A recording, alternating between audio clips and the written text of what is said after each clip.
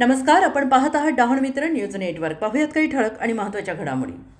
डहाणू समुद्र किनाऱ्यावरील संरक्षण भिंत आणि स्लोपचे नुकसान, तातडीनं दुरुस्तीची मागणी. डहाणू समुद्र किनाऱ्यावर अलीकडे आलेल्या मोठ्या लाटांमुळे पारनाका फॉल्स बीच परिसरातील संरक्षण भिंत बसण्याची व्यवस्था तसेच समुद्र किनाऱ्यावर उतरण्यासाठी तयार करण्यात आलेल्या स्लोपचे मोठ्या प्रमाणात नुकसान झाल्याचं समोर आलंय.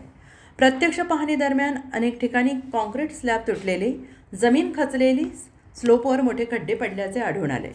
आणि या नुकसानीमुळे समुद्र किनाऱ्यावर फिरण्यासाठी येणारे नागरिक, पर्यटक यांच्या सुरक्षिततेचा प्रश्न निर्माण झाला आहे. विशेषतः रात्रीच्या वेळी अपुऱ्या प्रकाशामुळे अपघात होण्याची शक्यता अधिक वाढलेली असून प्रशासनाने याकडे गांभीर्यानं लक्ष देण्याची गरज व्यक्त केली आहे. स्थानिक नागरिकांनी डहाणू नगर परिषद आणि संबंधित विभागाकडे तात्काळ उपाययोजना करण्याची मागणी केली आहे. धोकादायक भागात सुरक्षेसाठी बॅरिकेड्स उभारणे, इशारा फलक लावणे, तुटलेली संरक्षण भिंत आणि बसण्याची व्यवस्था दुरुस्त करणे तसेच स्लोपवरील खड्डे आणि खचलेले भाग तातडीनं भरून सुरक्षित मार्ग उपलब्ध करून देण्याची मागणी करण्यात आली.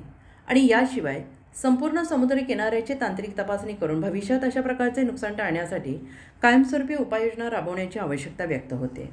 डहाणू समुद्र किनारा हा शहराची ओळख तसेच पर्यटनाचे प्रमुख आकर्षण मानला जातो.